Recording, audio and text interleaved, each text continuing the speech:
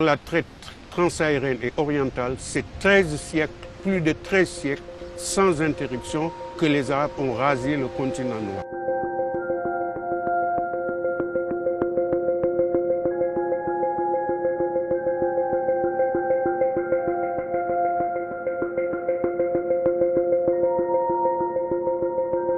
Il n'y a pas de degré dans l'horreur, ni de monopole de la souffrance ou de la cruauté.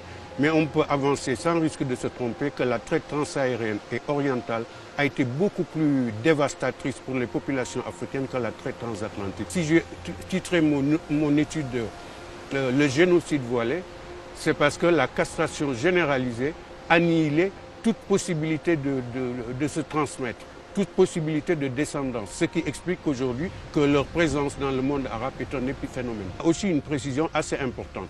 Quand je dis arabo-musulman, cela ne veut pas dire que j'essaie de réduire des peuples à leur religion ou à leur culture. Vous savez, vous avez aujourd'hui entre 400 et 500 millions de musulmans en Afrique.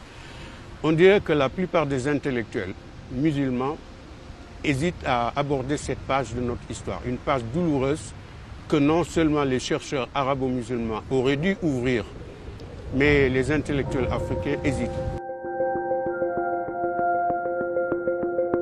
Ce qui se passe en Libye aujourd'hui avec des marchés d'esclaves africains, c'est tout simplement une sorte de continuité dans le traitement que les arabo-musulmans réservaient aux Africains.